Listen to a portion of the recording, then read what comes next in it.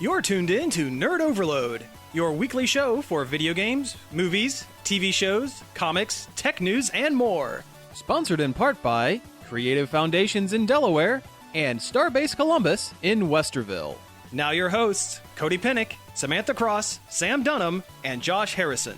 Hey everybody, welcome to Nerd Overload, the pop and geek culture show that totally didn't take an hour and a half to get going today. I'm Sam. I'm Josh. And I'm Cody. We have a great show for you this week. Instead of doing news, we are going to talk a little bit about the Batman v Superman: Dawn of Justice movie. We're going to try to steer clear of some spoilers to begin with, and we'll get in some later on in the show. But first, we're going to do a real quick, super quick round of check it outs. Like we always do. Yeah, rapid fire. Here we go. Boom, boom.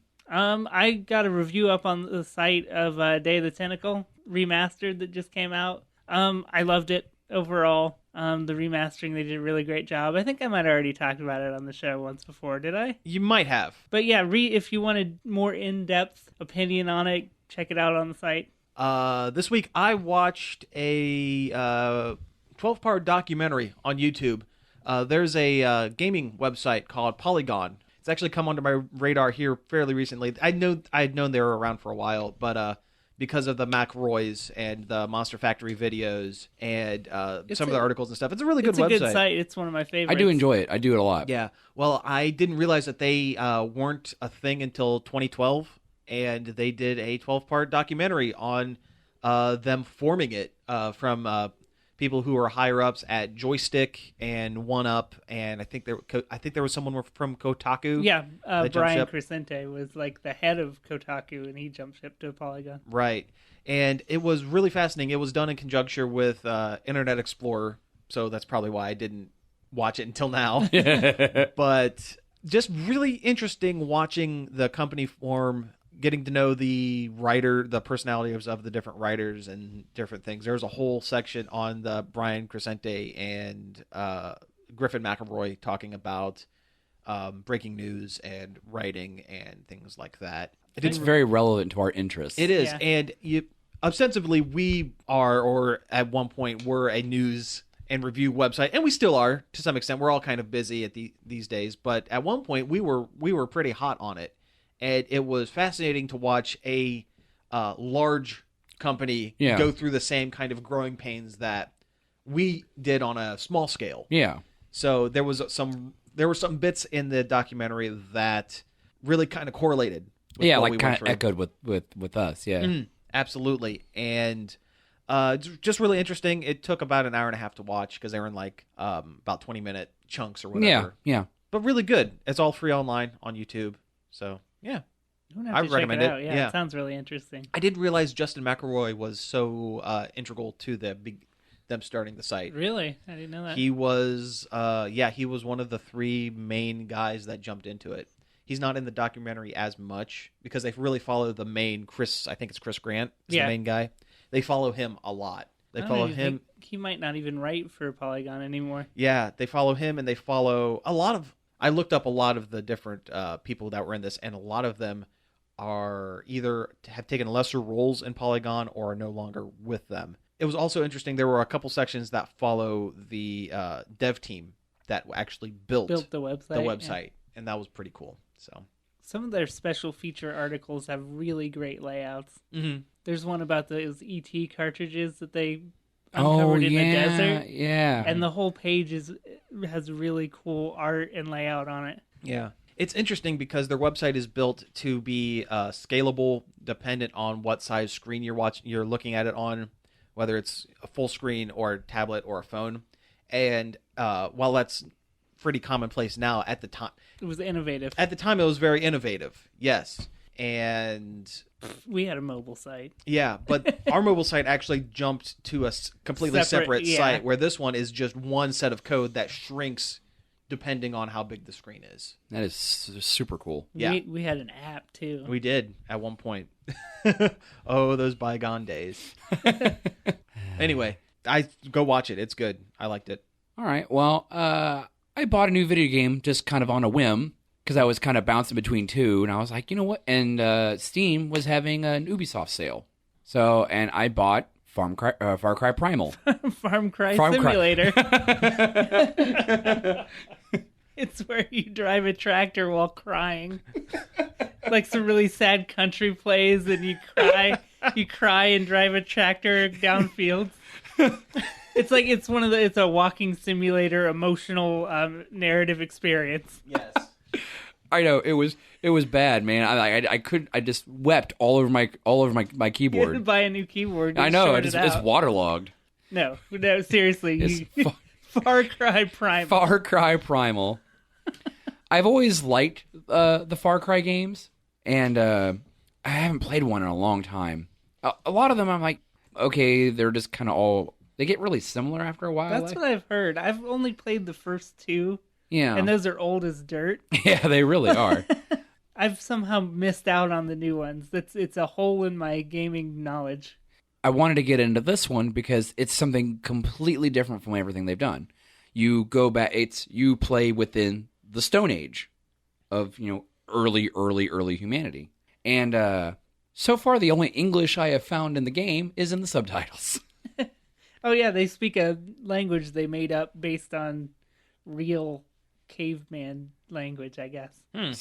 Somehow, I don't know how you would figure out caveman language, but I don't know. It's not like they had a written word. Yeah, there's some science behind it, I guess. Oh yeah, I mean, it definitely adds to the immersion of the game. But I just really wanted to get into it because it was something so different. Because I mean, yeah, there are like tech trees of stuff you can get, but it's mostly better club, better bow and arrow, better spear. Kind of things. Your tech tree is for stick with a rock on it. Actually, you're not that far off. You're really not that far off because you got to collect like rocks and sticks to build crap. And then there's also like medicine trees and I guess there's more to it. Like there's a whole like shamanistic visions and kind of pseudo magic, I guess, in the game. I haven't gotten that far yet, but that's kind of stuff I've been reading about on it. I know you can pet a lot of kitties.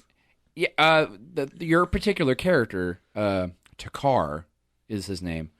He is they call him like a beast master or beast tamer. The UPN's Beastmaster.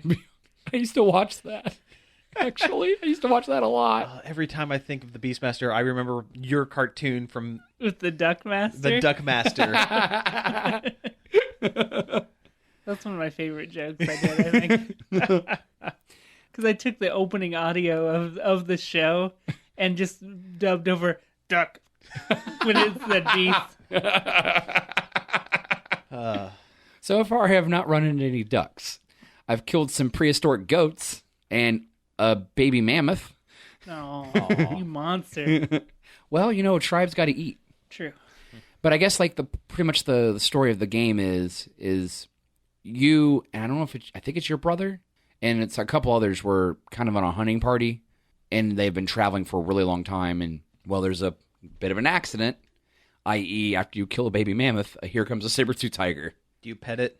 No, it murders pretty much everyone, and then you fall down a mountain face. Oh, geez. And your brother or best friend or whatever he was kind of dies, and sets you on your way to find the rest of your tribe, because I guess the tribe has been scattered because there are other tribes in the game that you can fight, and it's kind of their fault. Like one tribe is a tribe of cannibals, and the other tribe is really fond of fire, I guess. So like they have like fire bombs and things like that. Pyro tribe. Pyro tribe, yeah.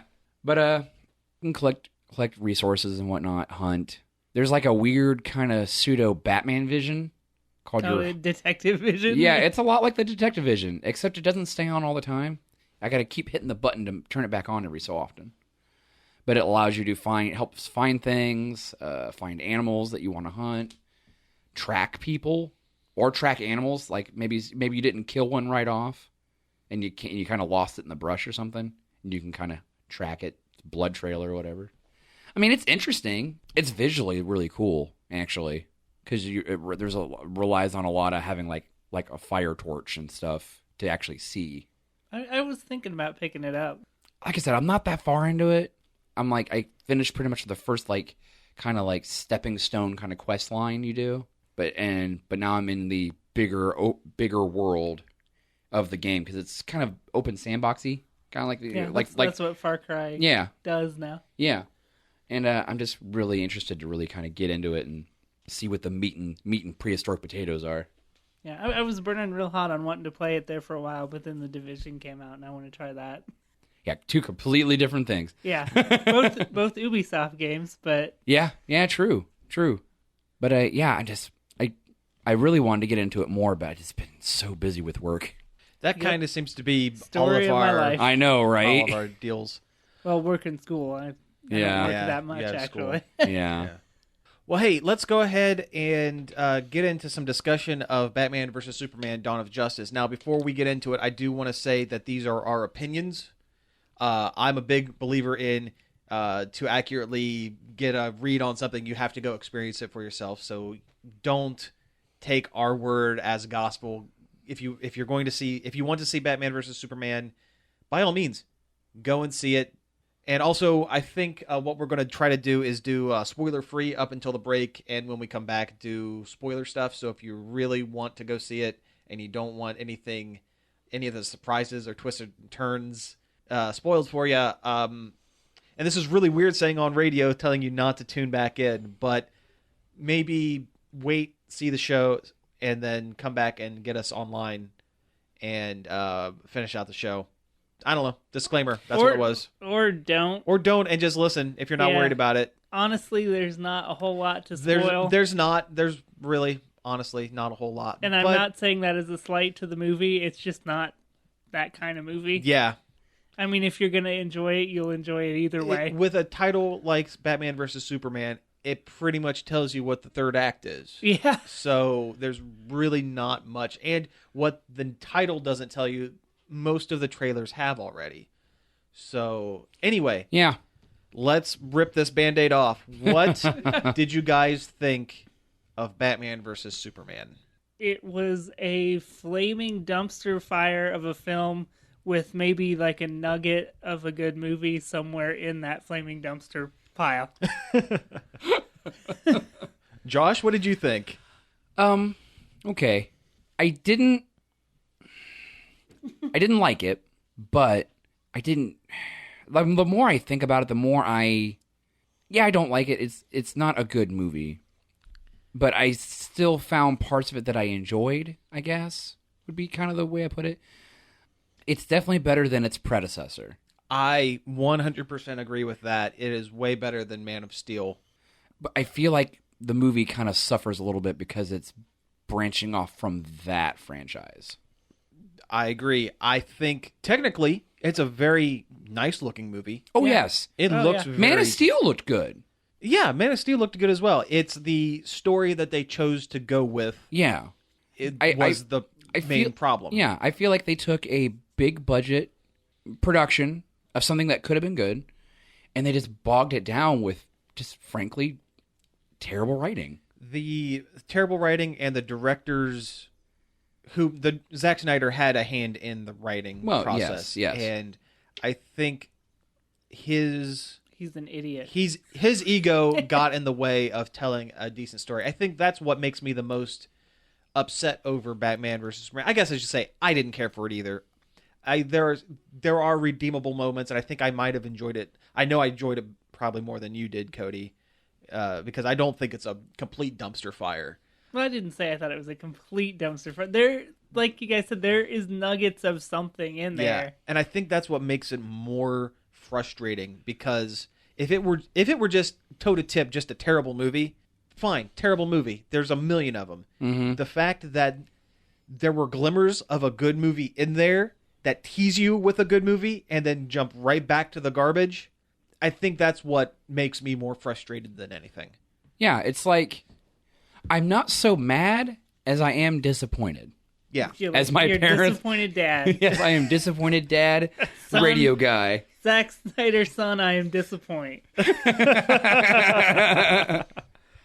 It gets so bogged down in philosophy, Yes. and it's not good philosophy. It's like surface level philosophy 101 garbage that's not interesting, that apparently Zack Snyder thinks is real smart.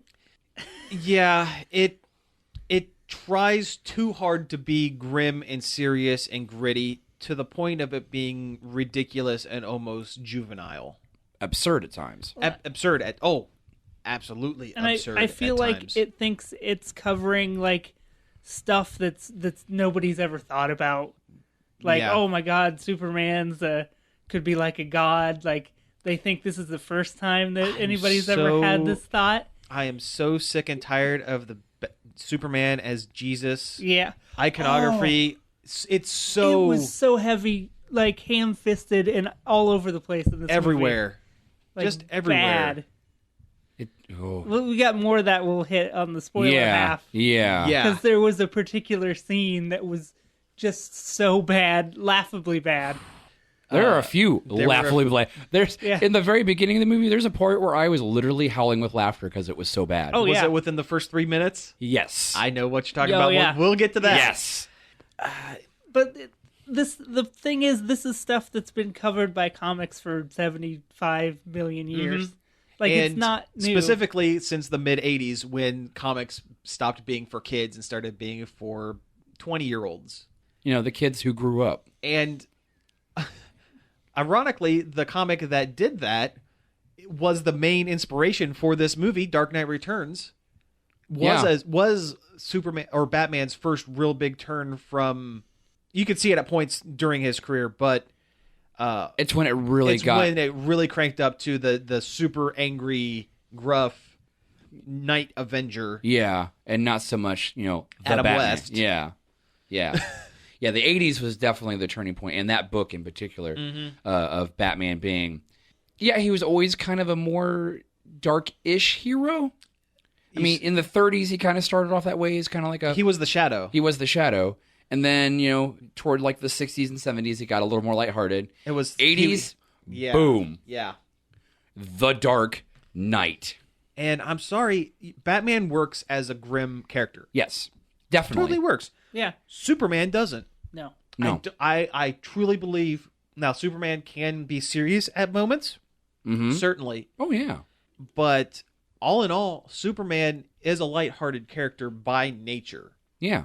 He should That's be just his personality. yeah, Like, he should be the guy that is constantly looking for hope when there is none. And this movie gave us none of that. Nope. In fact, it was almost the exact opposite, where he was constantly bringing down the mood in just about every scene Oh he yeah. was in. Oh yeah. Like there were a few times where he's just like Clark Kenton, and it's just like, really, dude? I don't think Superman smiles once in the entire movie.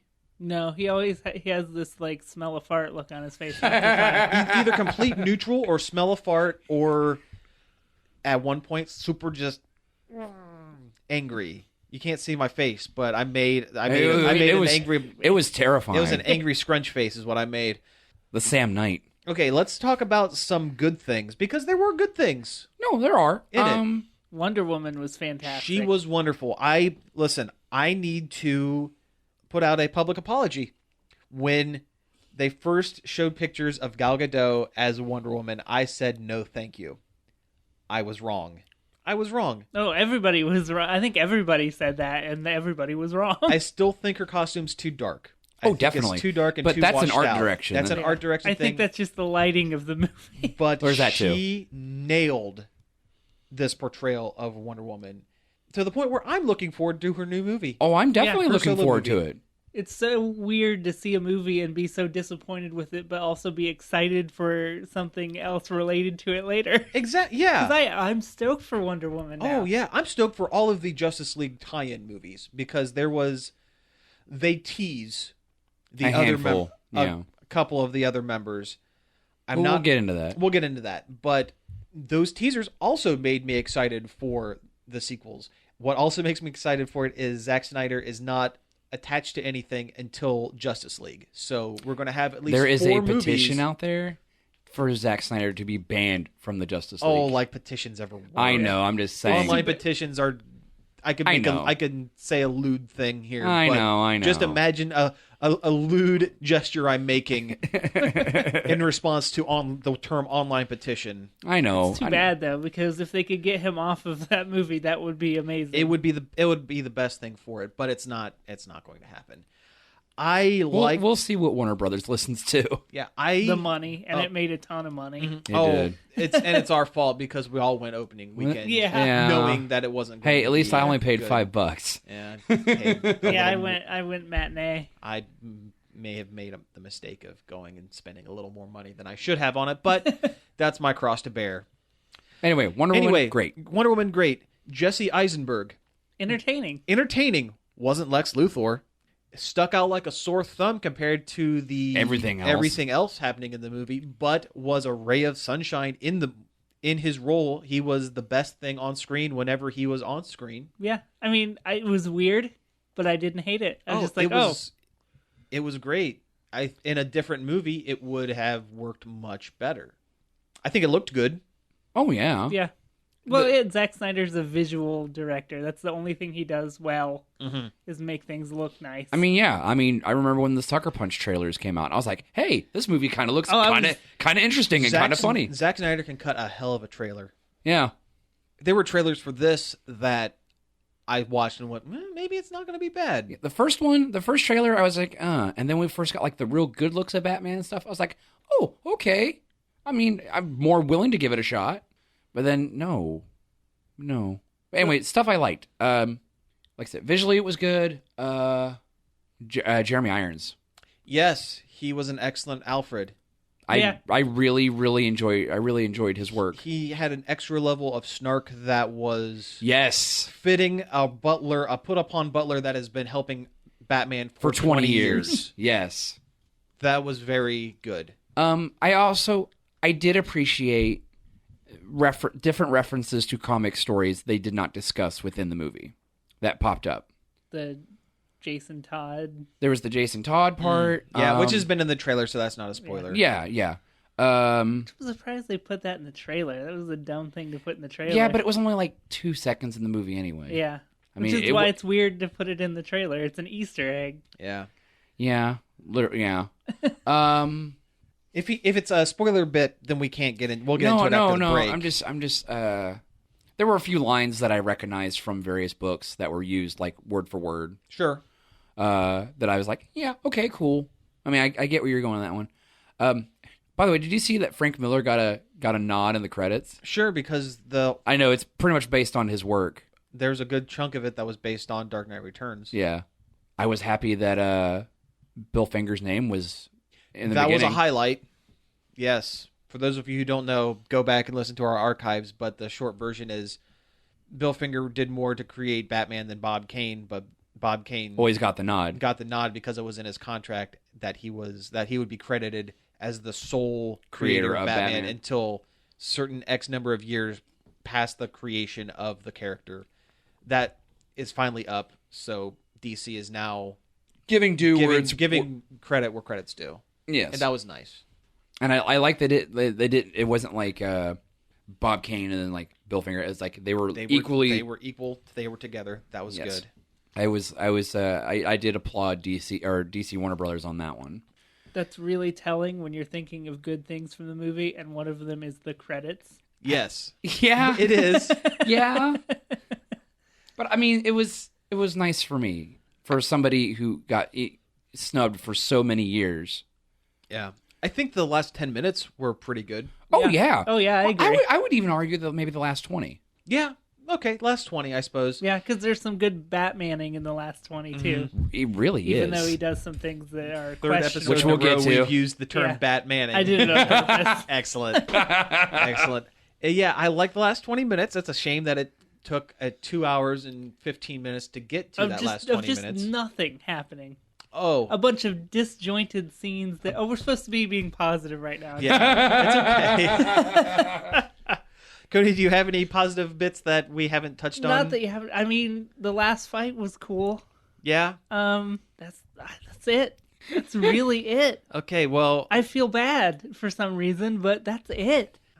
Ben Affleck might be good as Batman in a different movie. Yes, Batman. Is that a positive? Yes, that is. I think Or did I say Batman? I meant Ben Affleck might be good as Batman in a different movie. Ben Affleck did the best he could with the stuff that he was given, with the material he was given.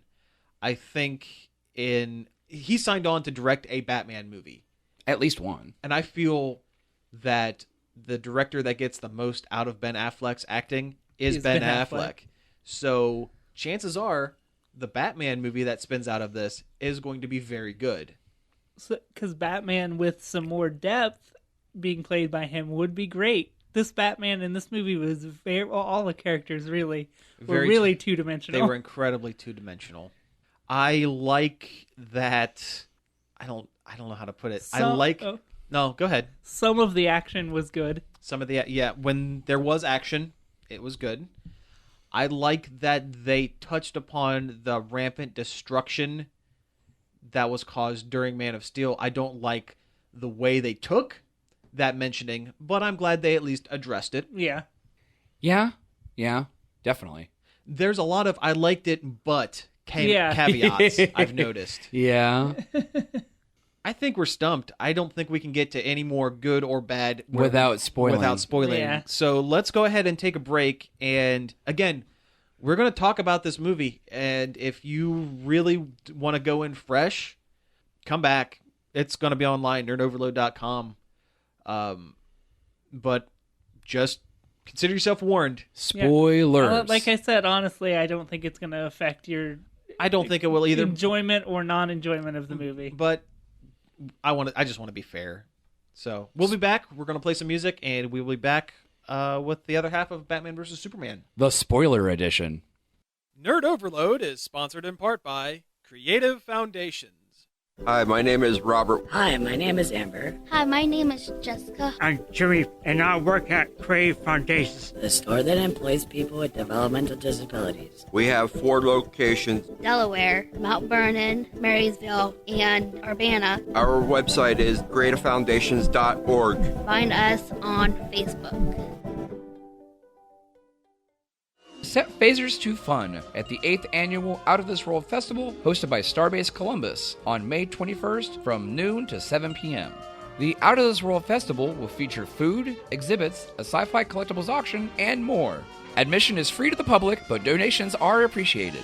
Starbase Columbus and the Out of This World Festival is located at 5541 Westerville Road in Westerville. OutofThisWorldFest.blogspot.com for more information. We're back. This was the Lois and Clark theme song. We got to get back into this. Let's talk spoilers. Boy, did Batman love killing people. Oh boy, here I go killing again. He had no regard or respect for human life whatsoever. None. And man, he loved running people over with his car and shooting people. He had no problem shooting people. He used a lot of guns for being Batman, a guy who doesn't use guns. The Bat car used guns. The Bat plane used guns. The scene where he is rescuing Martha Kent was awesome. I'll give you that. Yeah. Oh yeah. That was like the best portrayal of Batman. Until he jumps on top of that guy with the Uzi and spins him around and shoots everybody in the room. And uses the gun by proxy. Yeah. Yeah. The fact that that in the movie he is branding villains. I was going to ask you about that. Is that a thing? No, that's not. I didn't think so. And he's branding them knowing full well that when they go to prison, those criminals are going to get murdered. So he is, again, killing by proxy. Because criminals, they love Batman so much that they're willing to kill for him. It doesn't make any sense, and it's not in the character of Batman to kill people. No, not at all. Well, not in the modern take on Batman. I guess the original Batman, he used guns and killed people. He used the guns that killed his parents. Yes, and at one point he hung a dude from a rope from the Batplane. Speaking of which, the death of Thomas and Martha Wayne in this was dumb, and I'll tell you why. They show their death in every Batman movie. I guess it's a prerequisite now. in every time that it's happened prior to this, in every form of media, it's always been either the criminal just walks up and shoots him, or Thomas Wayne is going to punch him. Well, the criminal is reaching for the necklace. Yeah. On Martha Wayne, and he goes to defend. And this, Thomas Wayne just gets mad and tries to haul off and punch the guy, and then gets shot. Doesn't say, "Hey, here's my wallet. Just take it and go," or anything. It's like, criminals, It's because everybody is a testosterone boosted idiot in this movie. Everyone. Like literally every character. Oh my gosh. And so that was really not And then like great. the Joe Chill guy freaking like looping his gun around the gun around the necklace. I'm like, I understand what you're trying to do visually because every interpretation of Batman has the pearl necklace being broken. But it was so... But hey, it was a dream sequence. You never know. It might be completely fake. Also, let's talk about dream sequences. Oh my because God. there were plenty in this movie. And they're all Batmans. No, Superman had one where he was talking to his dad. Remember that one? Where he's up on that mountain? Oh, yeah. Where his dad told him to stop being Superman? Yeah. Did they just really want to bring Kevin Costner back? Or... I guess. For like 2 seconds. Yeah. I guess. But the But dream you sequence...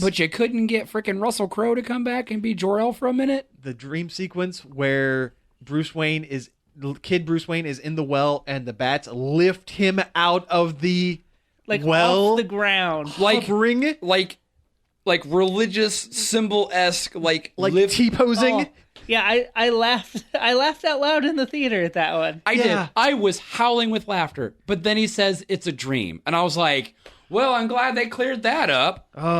And then the one that everyone seems to love. They love this scene. The one where he's in the middle of the desert in post-apocalyptic Metropolis or Gotham or wherever he is. Yeah. Where he just has guns and is just capping people left and right. Where Superman has his super soldiers, his shock troops, and also parademons from Apocalypse with Darkseid, because that was a callback. Oh yeah. And then Superman just lasers that guy in half. Couple people. Yeah. There were like 2 people tied Just up. eye lasers them in half on screen. And yeah, that scene looks cool, but if you think about it for 2 seconds, it's stupid. It made no sense. Yeah. It didn't do anything narratively for the movie. No.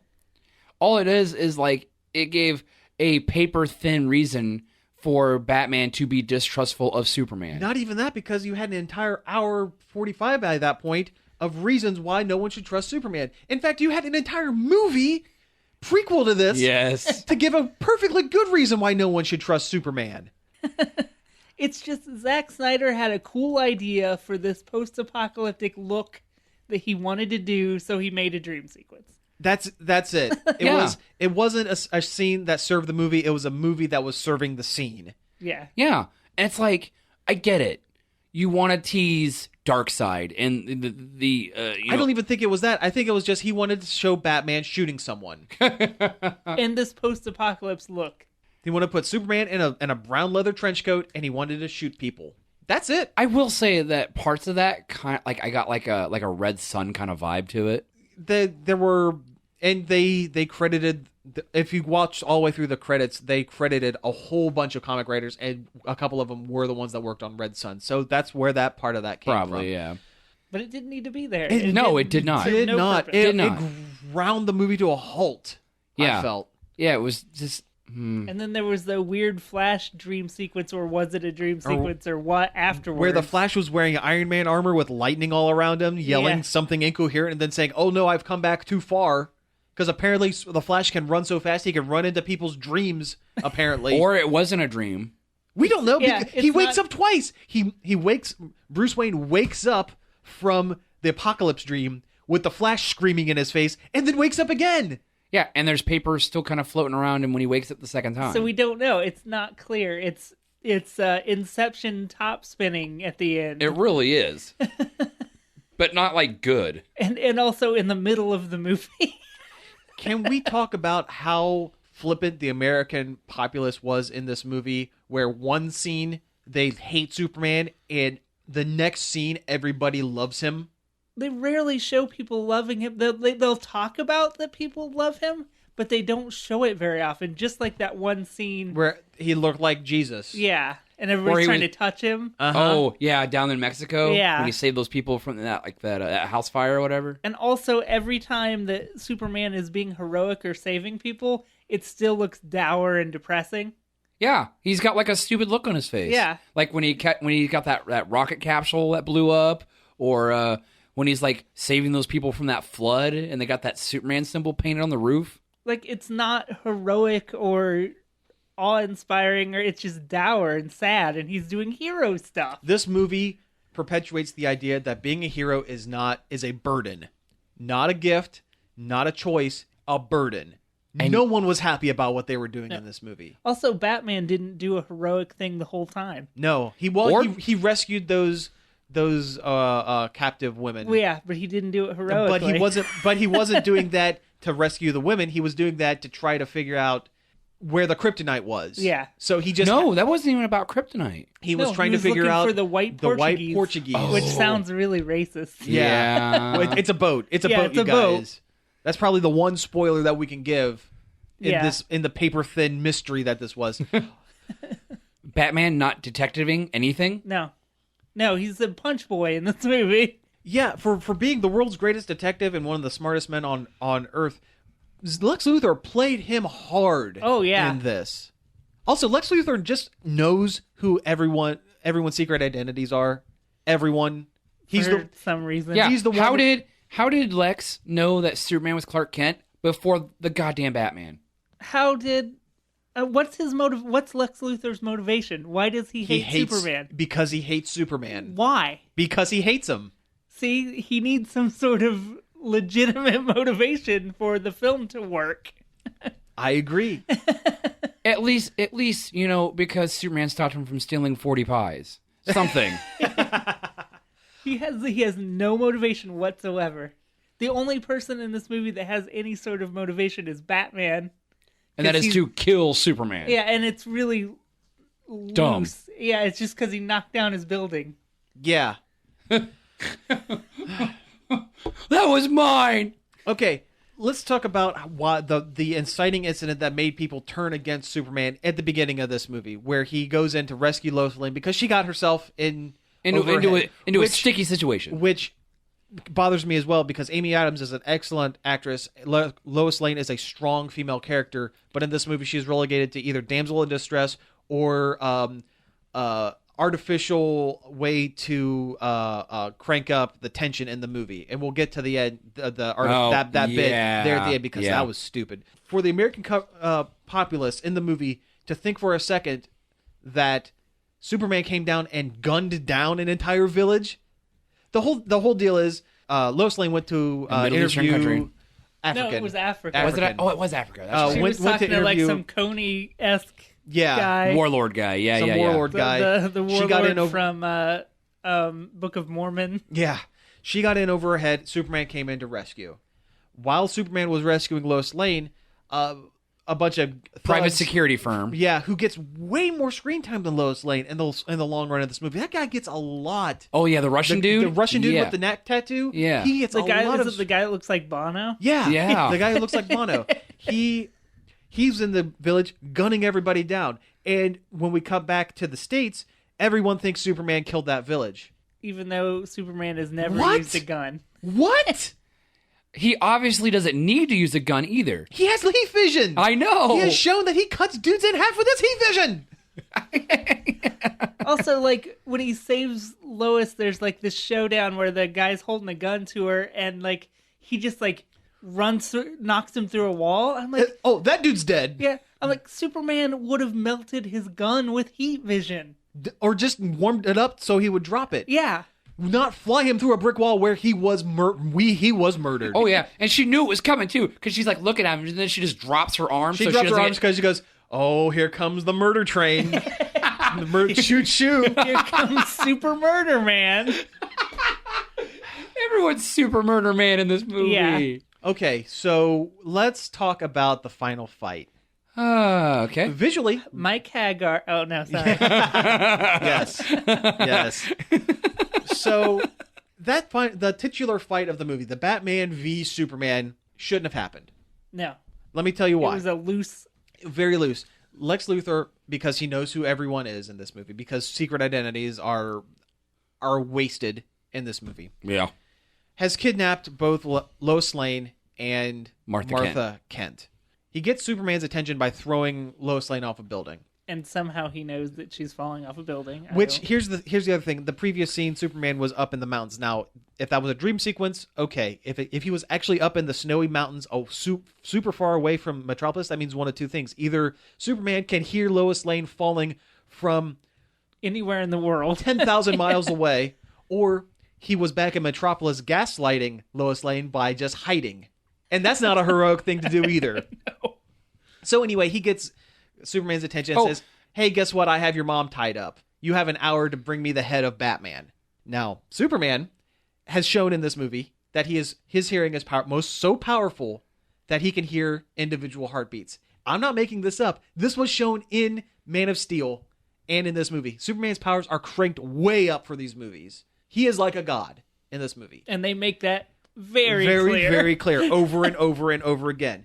So you have a guy who can hear individual heartbeats. He's lived with his mother for let's say 20 years. Let's be 18 to 20 years. So he should be able to pick her out of a crowd. Let alone her voice. She is in somewhere in Metropolis. Yeah. He should be able to take 2 seconds, listen for her voice, fly in, get her, wouldn't have to murder anybody, get her, rescue her, go back to Luthor and say, "Okay, now what do you got?" But instead, he decides I guess I have to go kill Batman now. Well, no, he goes to talk to Batman. He tries once to talk to Batman. That fight should have been, it should have been Looney Tunes level, where it's Superman just standing there saying, "Listen, we don't need to fight. There's something going on." And Batman throwing everything he could at Superman. And Superman just standing there, "Dude, seriously, stop. Something is going on." Yeah, but instead, Superman gets mad, he gets the testosterone. He gets hit once and then gets mad. Boy idiot, and like everybody in this movie. Throws Batman through a wall, which it's a good thing Batman is actually Iron Man in this movie, because otherwise that would have killed Batman. That would have turned him to paste. Yeah. I will say there were some sections of the final fight that were pretty cool. The scene where Batman gasses Superman with kryptonite, which he uses a rocket launcher. I think it should have been bat pellets because Batman doesn't use guns. But the scene where in The Dark Knight Returns, he did have a gun against Superman. I don't care. I'm just saying. Batman should not have a gun or something that's like a gun. There's also a scene in The Dark Knight Returns where he breaks a shotgun over his knee and says, "This is the weapon of the enemy. We do not use it." This is true. This is very, very true. Anyway, there's a scene where Superman he's weakened, and Batman is just punching him in the face over and over, and you see Superman coming back out of the kryptonite gassing, and it just sounds more and more like he's punching something that's made out of metal, and Superman's face is moving less and less to the point where he's just looking at him. And Batman just kind of stops punching and kind of goes, "Crap." Yeah, that was the closest thing to humor that this movie had. Yeah. There was a joke from Martha Kent that was so bad it didn't hit, and no one laughed. Yes, I'm a friend of your son's. And then she's like, "I know you got a cape." Yeah. It felt like everybody in the room it felt like they were all confused. Like, what's laughter? What is forgot. This? Okay, so talking about Martha Kent, there was a scene where Lexus tricked Superman into going into the Pentagon and then blowing it up. What was the Pentagon? It was the Capitol building. Capitol building. Okay. So he blows up an entire building of people. And Superman, of course, instead of, looking around trying to save people, trying to do anything, or yelling, or being up, showing any kind of emotion, he just stands there while this explosion is around him, just shaking his head, going, "I missed it." I missed it by that much. Anyway, after that, he goes to the Kent family farm to get some sage advice from Mama Kent. And what does Mama Kent tell him? Don't be Superman anymore. She says, "You know what? Be Superman, save everybody. Be what humanity wants, or don't. Them. Who cares? You don't owe this world anything." She literally says, "You don't owe this world anything." What? Why? What happened to the Kents being this beacon of light and hope in the world? Well, that's what happens when Superman is raised by a bunch of morally gray a-holes. This is an alternate universe where Superman was raised by a-holes. Yeah, just so God. Oh, so bad. I didn't see the bomb, Lois, because I wasn't looking. I don't mind that Superman can make a mistake. I don't That's mind not that a big either. deal. That's No. fine. He is, for having all the powers and being an alien, he is human. But just the emotional the disconnected emotions that he showed throughout that scene and throughout most of the movie was baffling Yeah.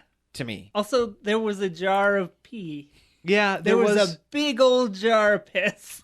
and not just any piss, Lex piss. Yeah, that was a major moment in the film. Was Like a seriously, jar- like that part, like when she's sitting there and I saw like the top of the jar, like before they actually showed the jar, I was like, I know she's like a Southern senator or something, but like, is she drinking moonshine like out of a mason jar? Like, really? We're talking about Holly Hunter's character. and Yes. there was a scene earlier in the movie where between her and Lex Luthor, which was legitimately good, where they're No, it wasn't bad arguing at their ideologies, and Yeah. there was a anecdote about labeling a jar of pee grandma's Peach tea. peach tea or something like that. Something about don't call everyone calling it by something else because whatever. Yeah, Yeah. don't call a jar of pee grandma's homemade peach tea when it's a jar of pee or something. Something like like that. Yeah. I don't know. It was really weird. It was weird and belabored, and I wondered why they were belaboring that point so much until they called it back, and they called it back in the just the weirdest way. and it's just entirely weird. Like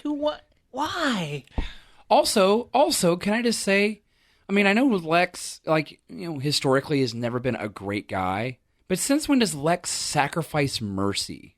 She's a robot. Oh. Mercy Graves is a robot. At least in the comics, she's a robot. Oh, okay. Yeah, Mercy Graves is his Assistant. super good looking assistant. Yeah, robot maid. Yeah, something His like waifu. that. Yeah. Something. Yeah, This Lex Luthor would have a robot waifu. I feel he like. would. Yeah. Also, can I just say, I never saw any kind of real brilliance out of Lex in this movie. He was just weird and crazy the entire time. He was a Facebook man. Mm-hmm. What's his name? Yeah. Yeah. Rowing the boat. Mark Zuckerberg. Mark Zuckerberg. That's right. Oh god. Winklevoss twins rowing the boat. For you, all you know, that's a big inside joke for us. So. Yeah. He was Mark Zuckerberg on. Well, I don't want to say crack because that sounds generic, like cliche, but on some kind On of speed. upper, yeah, On speed. He was just nuts. Also, can I just say, did you guys see that that deleted scene? I did not. I'd seen enough scenes from this movie. I didn't want to watch another one. Lex is talking to an agent of Darkseid. Like they It- didn't belabor the point that Darkseid was going to be the next movie enough. Yeah, like he looks, I guess, a lot like Steppenwolf. Okay, that's fine. Either Steppenwolf or Callback, maybe. Yeah. Yeah. Anyway, yeah. Oh, they definitely hammered home the point that by the time Justice League gets together, that Darkseid's it's going to be aliens. Yeah, and all the fact that like Lex is sitting there screaming about the bell has rung, the bell has rung, Oh, he's man. coming. Worst. That was so bad. They thought it was really threatening, but it just sounded really Well, dumb. the thing is, there's no context in the movie outside of Batman's prophetic dream of parademons. There is no reference to Darkseid or anything. Ding dong, ding dong. Yeah, Ding dong. Ding dong. Yeah, sitting there in jail. It's like singing- you're a He's in ding hair dong. jail because apparently Yeah. they had to shave his head to get him in jail. Yeah, no hair prison where you can't have hair. But like, that's fine. There is no reference point whatsoever at all. There's Lex no- just seems super crazy. There's no reference point for anything in this movie. Things just happen. They happened because they needed to happen to get to the Exactly. end, to get to the third act where Batman v'd Superman. There's nobody has any V's all over him.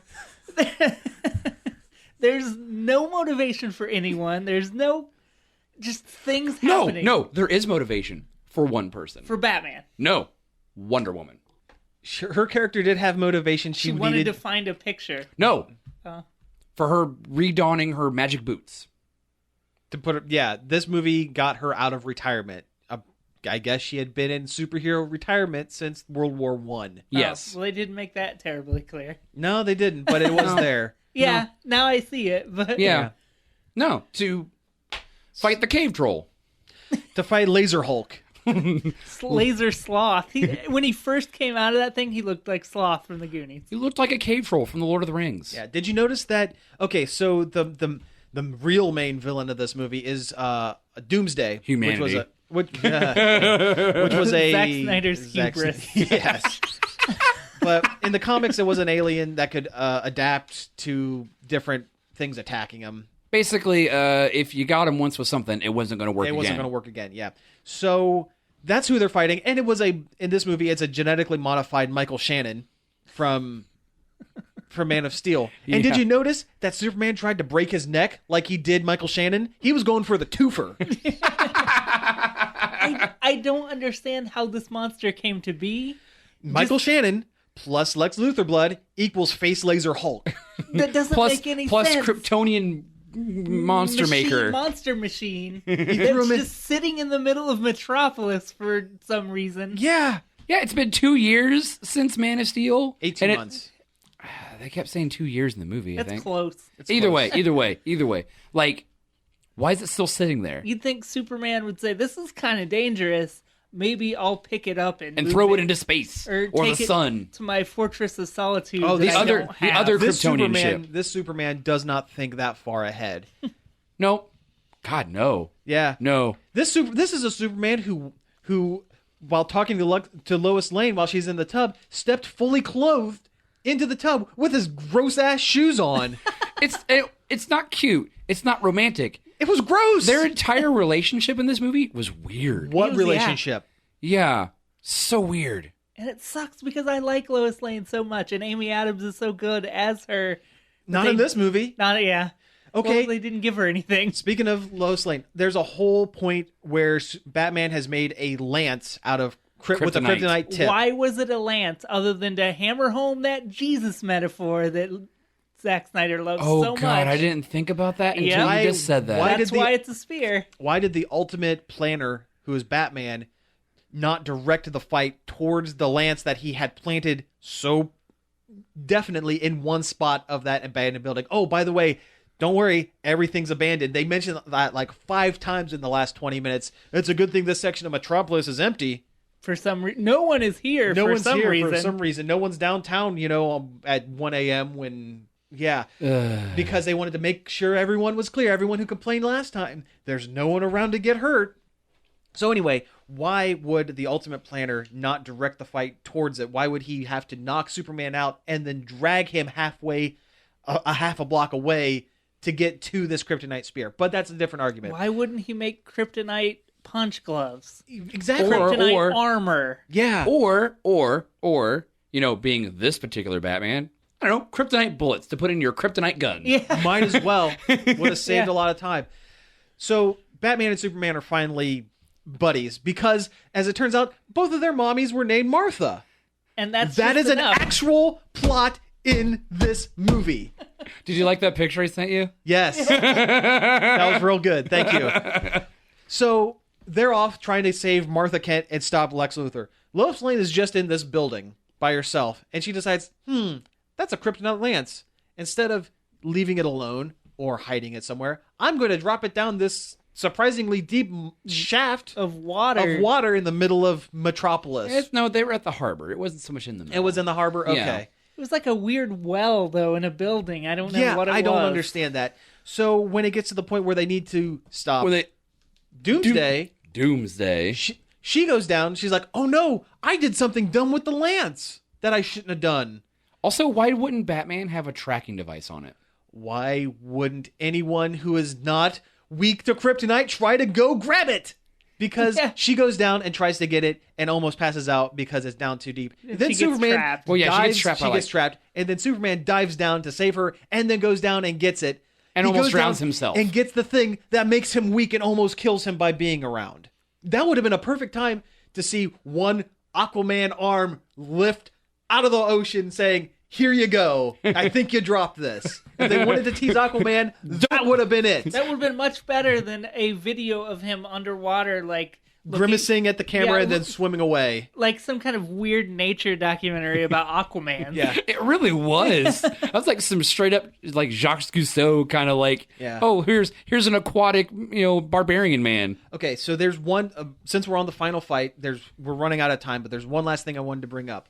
So the thing that they had to do to kill Doomsday is to stab him through the chest with this kryptonite lance because he's part Kryptonian. Yes. Makes sense, right? Yeah. You have a guy in power armor. He wasn't wearing He wasn't it anymore. power armor at that point. Okay, you have a nigh invulnerable Amazon warrior Goddess woman. who can fly and is as strong as Superman, standing right there, who is not weak to kryptonite. You have something that is a javelin that can be thrown.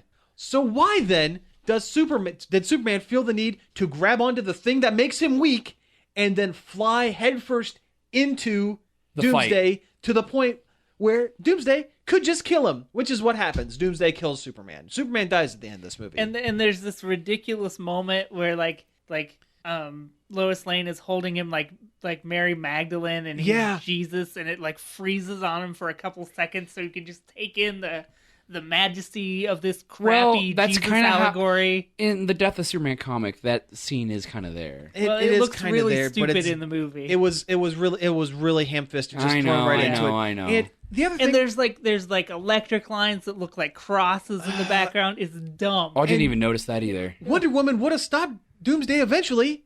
Yes. Yeah. You saw her cut his arm off. She was getting to it Also, there's one thing I did love was all of them working together at the end. at the To very Oh, end. yeah. I like- But they weren't really working together as so much as they were like, here's Wonder Woman doing her thing, and then here's Batman doing his thing, and then here's Superman almost drowning in a pool. Well, there's the part where she like comes up and she like cuts like Doomsday in the back of the leg, and as he begins to fall, here comes Superman and like hammers him into the ground. Like, Yeah, that was kind of cool. Like just them working together. That's what it should have been the whole time. It should have. I agree. That So- was the 10 minutes I liked, was that fight where they're all being superheroes together. So, what did you think of the last 2 seconds of the movie after they had buried Clark Kent in the field and Lois threw the dirt on the coffin? Did you notice? The Did dirt you get started it? to levitate. The dirt started to levitate. Why? Was that also a dream? Was this whole movie a dream 'Cause sequence? Superman's gonna bust out of the friggin' Why was coffin. Why was the dirt levitating? He doesn't have telekinesis. Well, that's all debatable. the power running through him to bring him back to life. Why did they not bring him back to life? Because they had a Kryptonian rejuvenation machine right there. They just used it. Yes. And it was proven that without human Contamination. DNA in there, it would have just brought him back to life. Also, why not just bring back Zod? Why not just bring back Zod? Good question, because Zod couldn't shoot lasers out of his both eye holes and mouth. You mean no? It was more than just that. His whole face erupted. He was like troll freaking destroyer from Thor. I mean, it was just straight up whole face, this Care Bear stares. Oh, yeah. Care Bear stare. I like that. Okay, we have run way too over. We've could've- ranted enough for one Oh, day. I haven't ranted enough, but we're out of time. I could go for another hour on this, to be honest with you. Truth. But thank you for tuning in. If you've made it this far, we're sorry. Thank you for tuning in to Nerd Overload. You can find us each and every day over at nerdoverload.com. You can also find us at Facebook at facebook.com/Nerd Overload website. Tell us what you thought of the movie. Yeah, tell us about all the things we're wrong about because we're not Oh. real comic book fans. I'm Oh, tired of hearing about that jeez. too. Yeah. But okay. You can tweet us at nerd_overload or send us an email at staff@nerdoverload.com. Honestly, I'm curious. I'm curious to hear what people think about this. Yeah, I want a good argument to why this movie is at all any good. Because I have not heard one. I would like same here. I would very much like to hear. Healthy discussion. Yep. Healthy Yeah. discussion. Should also mention we're on every Saturday at 9 a.m. or 10 a.m. and 9 p.m. on Z1075 in Marion, Ohio. You can find us at WZMOFM.com. .com. Yep, that's where we stream. Got to throw that in there. So, all right. Hey, thanks a lot, and we will be back next week. Pizza out. This show was sponsored in part by Creative Foundations and Starbase Columbus.